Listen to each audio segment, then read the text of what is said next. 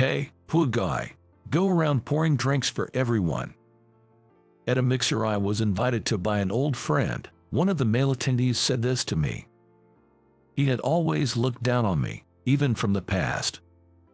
It seems nothing has changed even now that we're adults. This guy's family is super poor. Didn't you drop out of college too? Tough being poor, huh? He pointed at me and snickered.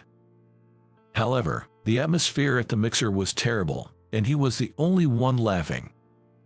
Well, I'm used to being made fun of, so it doesn't really bother me. At that moment, one of the women seemed to notice something and exclaimed, "Little did I know that it would bring such despair to the one who looked down on me. My name is Nathan. I'm just an ordinary guy with a domestic ID job. I have contracts with quite a few companies, so my work is pretty busy. There are days when I can't take a break, depending on the situation. But I enjoy my work, so I don't mind. Sometimes people around me worry, but my daily life is fulfilling. So, what do you say? It's been a while." One day, I got a message from an old friend. His name is George. Not sure if he's a best friend or a bad influence. Let's just say we have a complicated relationship. Anyway, that's the kind of guy he is. George and I have been close since kindergarten and went to the same high school. The most memorable times were during elementary school. "So, what are we doing today?" I asked George. There was an action game that was all the rage when we were in elementary school. Both of us begged our parents to buy it, and we'd gather at each other's houses nearly every day to play together. Nowadays, you can play online with the internet, but I also enjoyed the feeling of having to gather together back then. I asked him because I wanted to invite him to play that game. Of course, we're playing. My parents are out today, so I can't leave the house. Got it, then I'll come over to your place. There were many others in our class who played the same game, but it was always just the two of us. There are two main reasons for this. One is the nature of the game. It allows up to 4 players to play simultaneously, but that makes the game too easy. If everyone is using trap items and deceiving each other, it's just not fun anymore. But it's too difficult to play alone, so 2 players is just right. The other reason is simply that we didn't have many friends. George was not so, but I was terribly shy. He knew that and didn't try to invite other people forcibly. The enemy's down. At George's cue, I moved my character towards the head of the quadruped enemy that had fallen. All right, let's go. Together with my best friend, we wielded a type of weapon that uses 2 swords, pressing the attack. We mashed the buttons furiously, to the point where it seemed like the video console might break. Then, as we did so, the message that we had defeated the enemy appeared, and the enemy fell. We had struggled until now, never able to defeat this enemy. But at last, the 2 of us had managed to take it down. We did it, Nathan. Overwhelmed with excitement, we put down the game console and jumped around joyfully. We high-fived, celebrating each other's hard work. In hindsight, it was fortunate that George's parents weren't home. If they were, we would have definitely been scolded for being too loud. Let's brag about it to the others. By the others, George meant our classmates who played the same game. Although we didn't have many friends, it wasn't uncommon for us to talk about games during breaks. From what I heard, no one else had managed to defeat this enemy at the time. We said it becomes too easy with 4 players, but this enemy was an exception. We were the first in our class to defeat such a monster. Let's do it. I thought this might give me the courage to make more friends to play with. I was thinking along those lines. Well, in the end, things didn't go as smoothly as I had hoped, and we ended up graduating from elementary school. The next period I remember well is high school, which is relatively fresh to my memory. We went to the same high school. We opted for a special advancement class aimed at university admission, so we didn't have class changes and were together for 4 years. Even though we were aiming for college, I wanted to join some kind of club. I was wondering what to do. That's when my old friend came to talk to me. "Nathan, have you decided on a club yet?" "Not yet. I'm wondering what to do. Sports clubs aren't really my thing." "Then how about we try the astronomy club? You like stargazing, right? It's still the provisional membership period, so why not give it a try?" "The astronomy club, huh? I don't have much knowledge about astronomy, but I do like looking at the stars. Being shy and not having many friends, I often find myself troubled. But looking up at the vast sky makes all those worries seem insignificant. Yeah, maybe I'll give it a try." "Great. If that's settled, let's go today after the supplementary lessons. Don't just disappear on me, okay? You always vanish before I notice." In the advanced class, there is one more session after the 6th period.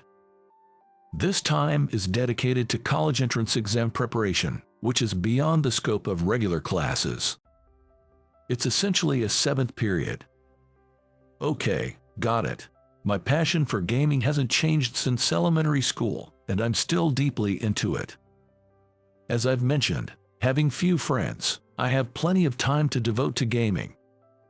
I recently splurged on a computer with the money I had been saving up. Initially, I bought it to play games, but I've started to enjoy tinkering with the computer itself. I've started learning various things and having fun, becoming the kind of person George joked about who rushes straight home. So, from our perspective here on Earth, it appears in different colors when it's moving away from us and when it's coming closer. You know how the sound of an ambulance changes as it passes by. It's the same principle. Whether the astronomy club can do any activities depends on the weather. Today, unfortunately, it was cloudy, and the most we could see were the moon and maybe some first magnitude stars. So the astronomy club's activities shifted from stargazing to a lecture by Mr. White from the Earth Science Department. Here we go. Just finished a class, and now this. I thought it was a bit too much to start with a lecture during the provisional membership, but it turned out to be very interesting. Before I knew it, I was participating alongside the senior club members. Meanwhile, George was dozing off in a corner. That guy, inviting me and then dozing off himself. That's it for today. To the two of you who are here for provisional membership, thank you for coming. If you liked it, I can give you the forms for official membership.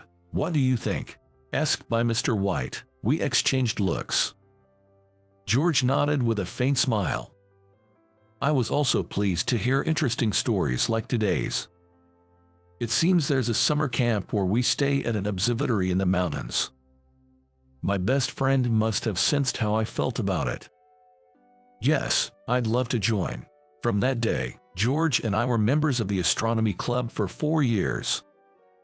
I had to sacrifice some of my computer tinkering time, but I'm grateful for the fulfilling experiences his invitation brought. George, who seemed to have joined the astronomy club for my sake, eagerly ran for president of the club. Seeing him then, I realized he hadn't given up his own fun just because of me. George always had a way of pulling me up, despite my reserved nature. However, there were some concerns. George is sociable and lively. However, he is also impulsive and tends to get carried away. I often found myself playing the role of his stopper. Despite our contrasting personalities, we've shared more than a decade in this inexplicable relationship. Eventually, the time came for us to part ways. Even though we'd been together from preschool to high school, our university choices differed. George stayed at a local university, while I went to one in New York. A little after our high school graduation, on the day I was moving to New York, we dusted off that game we used to play back in elementary school after a long time. Looking back, the graphics were so rough. The controls were poor compared to the latest games, and the sounds and motions were heavily recycled. But that inconvenience revived our memories. "Hey, what are you crying for, Nathan? Sorry. Enemies that once gave us trouble were no match for us now, grown as we were." The joy of growth felt oddly lonely. "Keep at it in New York, Nathan." "Yeah. Don't worry too much. We've got phones, so we can always stay in touch." That's true, but still, the sadness of not being able to talk face to face for a while was there, but I also harbored a vague fear. The fear of suddenly being alone after always being led by him. The fear of living in an unfamiliar place. And countless other anxieties I couldn't quite grasp. It was a jumble of feelings. Surely, it was also linked to a lack of confidence in myself. "Don't worry, it's impossible for us to become distant." Seeing the anxious look on my face, George said that to me. Feeling as though he had seen right through me, I felt a bit embarrassed inside. "Thanks, George." After expressing my gratitude, he sent me off with a carefree laugh. Then I started my life in New York and eventually became a working adult. We talked on the phone occasionally, but the last time we met in person was on the day I moved. How many years has it been? Busy schedules kept us from finding time, and it had been quite a while. Then, out of the blue, I received a text from him asking to meet. "Of course, when's good for you? I can make it back there around the weekend after next this month." He replied immediately. "I'm a bit swamped this month. How about early next month? That should work." And so, we moved the conversation forward, adjusting our schedules. In the end, we promised to go for drinks in the beginning of next month. George seemed really excited, and he had already booked a place the day after we decided on the date. He's not a kid anymore. Despite thinking that, I too looked forward to the day and worked hard. On the day of the catch-up with George, I finished work early and rushed back to my hometown. Since I was coming straight from work, I was dressed rather formally in a suit and such. This attire was hardly suitable for a reunion with a friend. So, I decided to stop by my parents' house to change. "Ah, there he is. Hey, over here, Nathan." When I arrived at the designated place, George was there, waving at me enthusiastically. His bright demeanor hadn't changed a bit from back then. "Long time no see, George." "Yeah, it's been a while. Man, you've gotten quite impressive, haven't you?" "Where exactly do you see impressive in this?" "Jeans and a navy hoodie." I had taken out my contact and was wearing black-framed glasses instead. If anything, the only somewhat notable item was my watch, but it certainly wasn't anything to be called impressive. "Well, shall we go inside for now?" "Yeah, let's do that." Just as George urged me and we were about to enter the reserved place. "You guys, isn't that Nathan and George?" A voice, overly robust and rough in its language, called out from behind us. Turning around, I saw a man whose appearance matched the gruff voice perfectly. It was Ryan, a classmate from high school. Likely just off work, he was in a suit. "Well, Ryan." "What do you mean, well, George? After all this time we finally meet and that's what you say?" George's wow wasn't at ease. It was the kind of reaction one has when they really didn't want to meet someone. Because Ryan was our arch nemesis during high school. "You guys still hanging out? Nothing's changed?" Ryan, who annoyingly tried to throw an arm around our shoulders. It was utterly bothersome, but lacking the guts to retaliate, I just gave a forced smile. "What, just the two of you guys having a drink?" "Yeah, well, something like that." I tried to make my disinterest obvious, but Ryan seemed completely unfazed. He's always been like this, never really considering others. In that respect, he hasn't changed a bit, just like us. "But man, Nathan, what's with that outfit? I'd be embarrassed to walk outside in that. Even your watch is lame. You've got no style. Ryan, invading personal space and laughing boisterously. I've always found his approach, so different from George's, difficult to handle. While we were dawdling at the entrance because of this, another voice called out from behind. This time, it was a calm, elegant, yet lively female voice. George. Reacting to the voice calling George, I also turned around. The owner of the voice was an energetic-looking woman, with another woman on each side of her. Do we know them? I wondered. With that question in mind, I looked at George, who confessed in a whisper, audible only to me. Actually, I thought I'd set up a mixer for you, since you don't have a girlfriend. But George's consideration was in vain, as Ryan overheard him. A mixer. Looks like we're short on guys. Can't be helped, I'll join in too. That's cool, right? With a voice that seemed more agreeable than his earlier demeanor, Ryan asked the two women for permission. Frustratingly, he is handsome and well-dressed. The woman in the middle exchanged looks with the other two and replied, of course. This is going to be troublesome, I thought, watching the group enter the restaurant.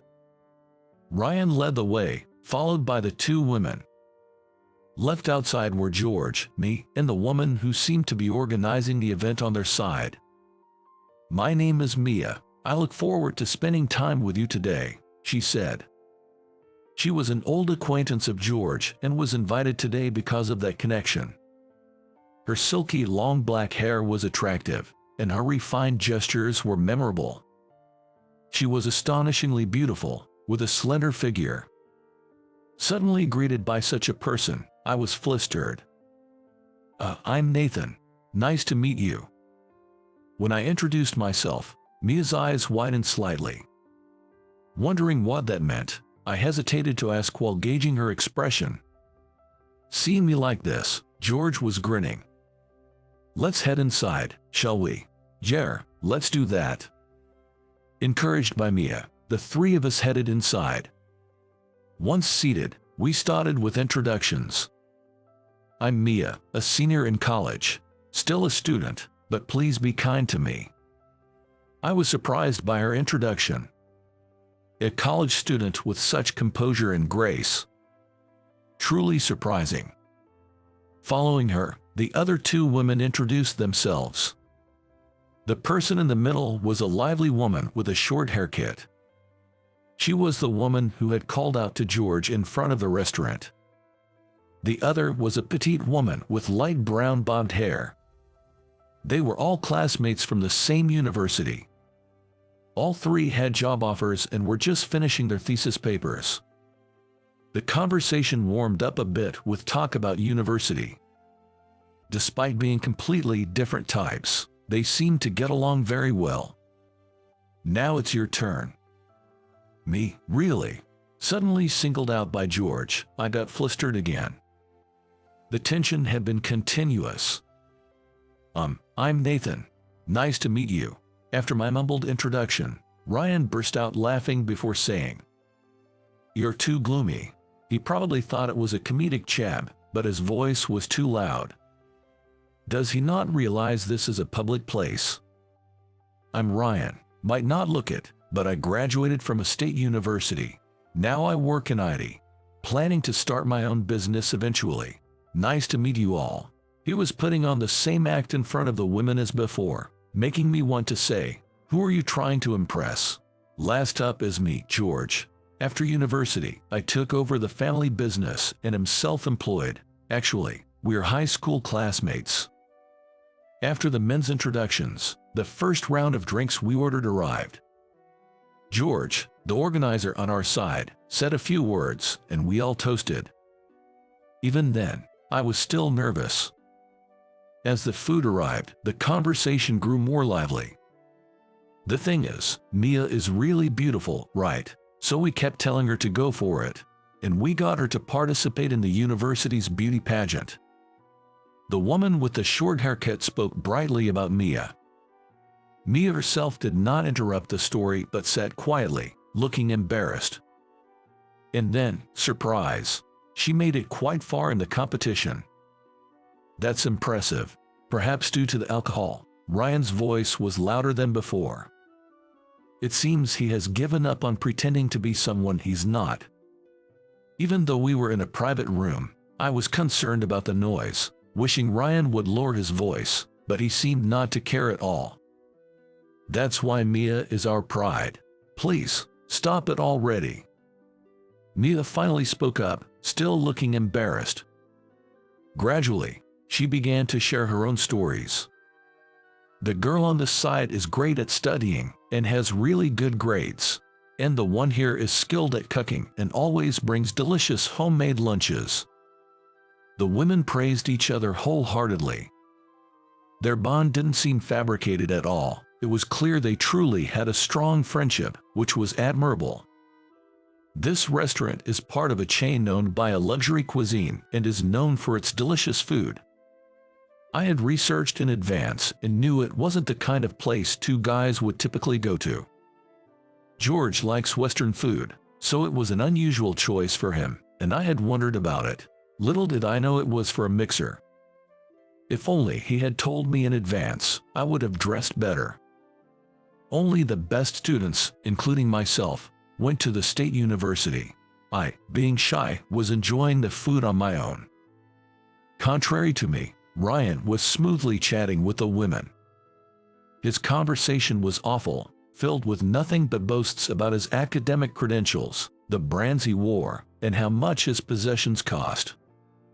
That's why I'm trusted and respected by my superiors at work. Haha, is that so? From their tone, it seemed the women might be getting fed up. Looking at their faces confirmed it. All three appeared strained. No surprise there. It takes a lot to make the cheerful girl sound so subdued, and to make the graceful Mia look uncomfortable. Come on, Nathan, you need to say something to change the atmosphere. George, sitting next to me, nudged me with his elbow and whispered. Focused on my food, I hadn't really been following the conversation. As I pondered what to do, I came to the conclusion, maybe this is actually okay. The point was to interrupt Ryan's bragging, so the more I ignored the current conversation, the better. This is really good. Hesitant to raise my voice like Ryan, I spoke to Mia, who was sitting across from me. It was creamy veal stew with veal stock, sweetbreads, and shavings of black truffle. Everything I'd eaten was delicious, but this stew was exceptional. Hey, Nathan, what are you doing recommending such a high-calorie dish to a lady? What kind of sense do you have? Ryan noticed my attempt to engage Mia and immediately jumped in. Internally, I retorted that at least I wasn't the one bragging about myself at a mixer. It's really delicious. I was slightly regretting my choice, considering Ryan's comment, but Mia didn't hesitate to try the stew and shared her thoughts. Everyone should try it too. We shouldn't let this wonderful food go cold. Thanks to Mia expanding the conversation to include the other women, the focus shifted entirely to the food. The atmosphere was no longer dominated by Ryan's boasting. Suddenly, Mia and I made eye contact. Without anyone noticing, she smiled at me. With my limited social interactions, I couldn't quite grasp the intention behind her smile. Wow, this shrimp is great. Here, Nathan, try some.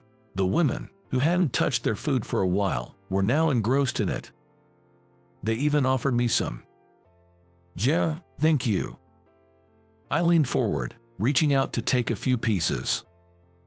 At that moment, I felt Ryan's gaze on me, filled with what seemed like hatred. After a while, when everyone started to put down their forks, Ryan glanced around briefly before turning to me and saying loudly, "Hey, poor guy, go around and pour drinks for everyone." His sudden outburst drew everyone's gaze to him. This guy's family is super poor, and he dropped out of college, right? Tough being poor. He started laughing uproariously at his own insult. However, he was the only one laughing. The women were all visibly put off. "Hey Nathan, what are you even doing now? You're jobless since you didn't go to college, right? He continued to mock with his baseless assumptions, laughing again. As I was shaking my head in disbelief, George suddenly stood up. It was clear he had reached his limit. Enough already. Typical George. George has always been impulsive. However, he never gets angry over matters concerning himself. He gets angry when someone mocks his friends, family, or loved ones. It's one of his endearing qualities. Come on, George, it's okay, really. I managed to get him to sit down again and pass the menu to the women. Maybe some of you prefer something other than beer. Order whatever you like. I want something sweet too. George, you should order something as well. I tried to divert the topic. Ryan, not pleased with being ignored, shouted again. Hey, don't ignore me, you poor thing. He seemed ready to lash out, moving past George towards me. That's when it happened. I'd finally remembered. The woman with the short haircut, sitting in the middle, exclaimed, Mr. Isaac, you're Mr. Isaac, the CEO of the major IT company Rockstraight. I've been offered a position, and I'll be under your care next year. Oh Nathan, you've been caught. George said, laughing. This wasn't a laughing matter. The CEO of a company was sitting here in casual attire at a drinking party, being ridiculed by a high school classmate about my educational background. Where was the humor in that? I didn't recognize you because you were dressed so casually, different from the photos. My apologies. No worries, it's a personal gathering today, and I wasn't informed there would be ladies here, so sorry about that. I replied, giving George a slight glare. Haha, my bad. Ryan stood silent, watching our exchange. Meanwhile, the women, especially the one with the short haircut, were thrilled. The photo on the website is really cool, look. Let's not do this. I tried to stop her, but it was too late. The photo of me displayed on her cell phone had already caught the other's attention. It was a photo of me with neatly styled hair, without glasses, wearing a suit. Furthermore, an unusually large image was used for the CEO introduction. No matter how many times I see it, it still looks like someone else, George remarked, laughing casually as he looked at her phone. Really, he's incredibly handsome. You look cool, Nathan. Even Mia. After that, the women continued to make a fuss about me for a while. You must be popular, right? They asked, but that's far from the truth. The real me is like this, and besides, I'm too busy to hang out with people these days. Even attending today's gathering was a stretch with my limited schedule. Look at you, Nathan, all popular, George teased. Well, hardly, I replied, embarrassed by the attention from the women, something I had never experienced before. To cover my embarrassment, I kept sipping my drink. When the atmosphere finally calmed down, the woman with the short haircut said softly, You could have just told us you were the CEO. Her voice was gentle, perhaps due to being slightly tipsy. As I was wondering how to respond, Ryan, who seemed to have completely sobered up, raised his voice again. Don't be fooled, ladies. There's no way this guy is a CEO. He's always been poor and dresses so badly. He repeated his insults without learning his lesson. The women's gazes were cold. They even seemed a bit angry. Hey, Ryan, George said, his voice gentle yet firm, a stark contrast to his earlier demeanor. He has had his own struggles. If you mock him for that, I won't stand for it. Ryan became quiet under the quiet pressure, his face blank in astonishment. It was hard to believe this was the same man who had been ranting so loudly, now looking so pitiful. My parents divorced when I was a baby. I was raised by my mother, who decided to return to our hometown, where I met George in daycare. Our homes were close by, and our parents got along well. As a result, We became one-of-a-kind best friends. We always hung out after school and joined the same club in high school. Unlike the energetic George, I am more of an indoor person. It's a strange bond that two such opposite individuals are best friends. When it was time to go to college, I bravely contacted my father in New York. Since he said, "If you're going to live here, I'll take care of you," I consulted with my mother and decided to leave my hometown. By then, I was already fascinated by computers and programming.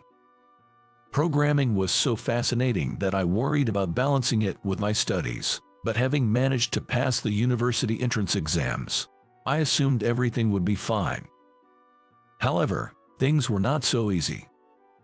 I barely managed my course credits, didn't join any clubs or circles, and devoted all my time to programming. I didn't do part-time jobs but took on programming project to earn money. This led to success, and I started my own company in my second year of university. The company grew rapidly, making it difficult to juggle both school and work. And that's the story. I want to focus on my company. I feel bad in spite of you supporting me all this way, but I've decided to drop out of college. When I explained this to my father, he was surprised and took a moment to think. I feared he wouldn't approve, but his response was unexpected. "I've caused you trouble because of the situation with your mother and me. You've had it tough being raised by a single parent. I can play the parent card now and crush your dreams. If you have something you want to do, I'll support you," he said. That was his answer. It was an answer I hadn't anticipated, and I almost felt like crying. My dad talked to my mom about it, so I was able to choose my own path. And so, after dropping out of college, Nathan expanded his company to what it is today. George spoke about my past to Ryan in my stead, as I remained silent. Feeling a bit emboldened, I decided to chime in as well. I was raised in a single-parent household, but I did receive child support. I can accept being called unfashionable, but being baselessly labeled as poor is somewhat troubling. Ryan, faced with comments from both of us, turned bright red and twisted his face.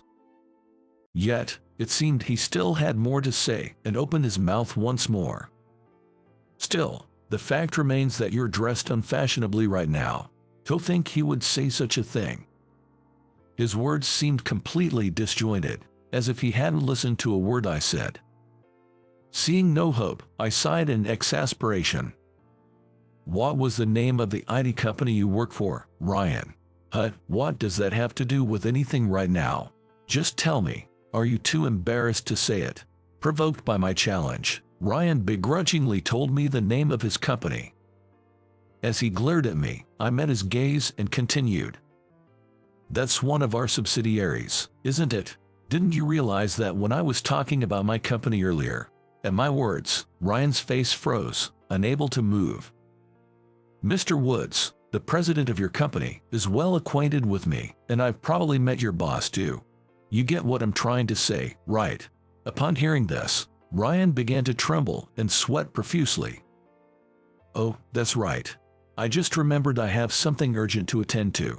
For a moment, he looked like he was about to cry, then weakly excused himself and hurried out of the restaurant.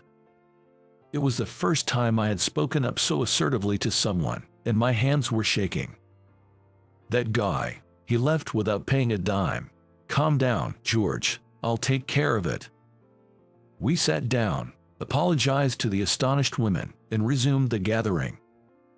After Ryan left, the atmosphere of the drinking party became much more congenial. As we continued to talk, it turned out that George and Mia, whom he had referred to as old acquaintances, were actually cousins.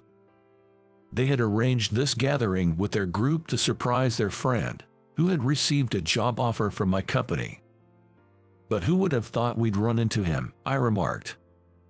"He was quite a character," they agreed, reminiscing with distant looks in their eyes. I still can figure out why Ryan has always had it in for me. I don't recall ever doing anything to him.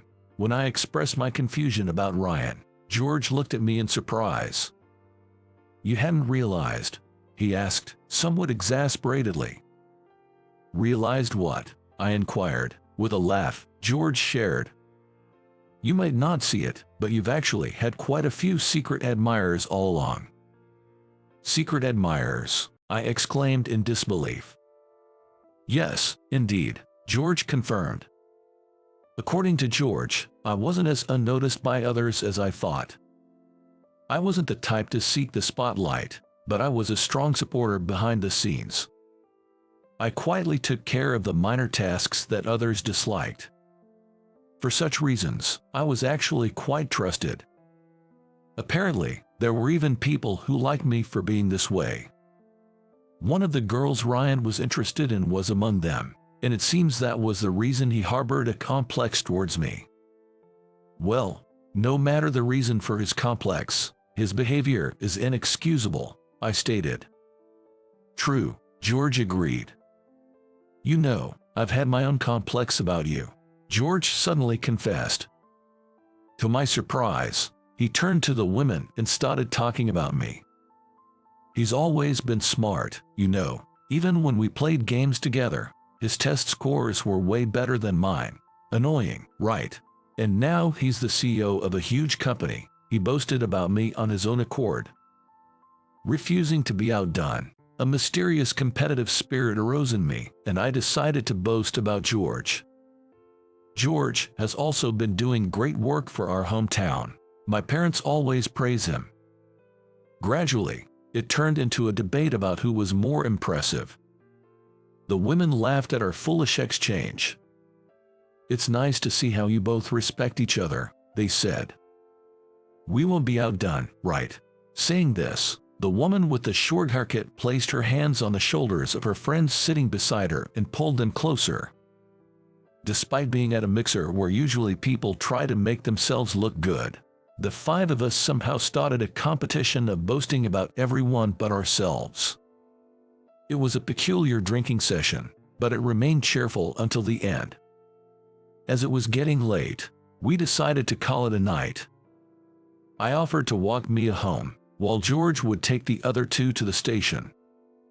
You're cousins, so you could go home together. I'll take the two to the station, I suggested. Sorry, it's a bit daunting to be driven home by a president, who I'll be working for next year, so she says. The woman with the short haircut repeated her apologies to me. I reassured her there was nothing to apologize for. See you around, Nathan, George said as we parted. Yeah, invite me again, George. What are you talking about?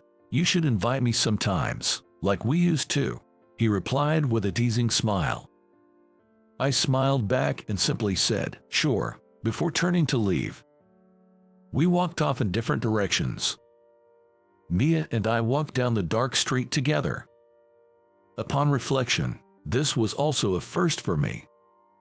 I tried to think of something to say, feeling nervous. Before I could, Mia spoke up. Today was fun, wasn't it? Yeah, it was. There was a moment I wasn't sure how things would turn out. The incident with Ryan had already become a laughing matter. I was relieved it hadn't escalated. George always talked about you, Mia shared. Really? George did? Yes. Ah, that explains it. I remembered her expression when I introduced myself before entering the restaurant. I had heard so much about you and hoped to meet you someday. I never imagined it would be today. I'm not as great as he says, I modestly replied, starting to tire of the praise. However, that's not true. Meeting you today, I could tell you're a wonderful person who cares deeply about his friends, she said, looking away slightly. However, I didn't have the luxury to ponder the meaning of her actions. My heart was racing unusually fast, and I couldn't even meet her gaze.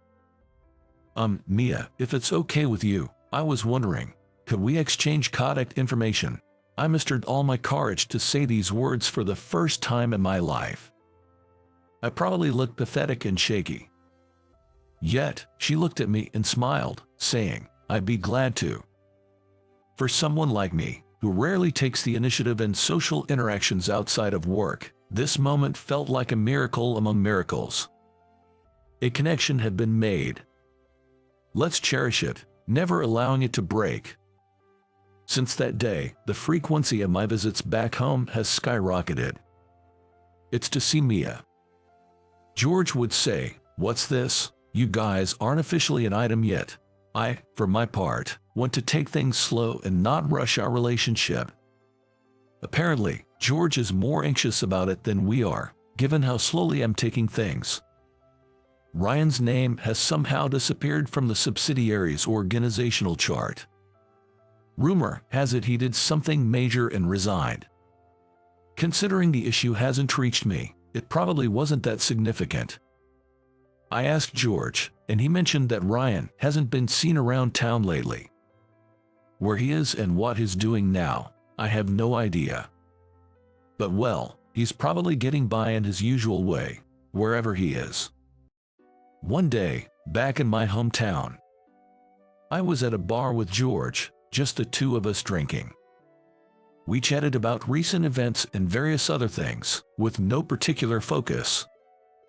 Especially about my relationship with Mia. He was persistent in asking for updates. But well, this kind of easygoing relationship is comforting. Though its form has changed since our childhood, the essence of our relationship remains unchanged. No matter if our families grow or we get older, we'll probably still be here, having these pointless conversations. Eventually, our drinks and snacks might turn into tea and cookies. George joked, sipping his drink. Hey, how many decades into the future are you talking? We laughed together at that. Even if I have few friends, having someone like George makes life enjoyable. Having a best friend is as good as having family. Sipping my drink, I was reminded of this once again.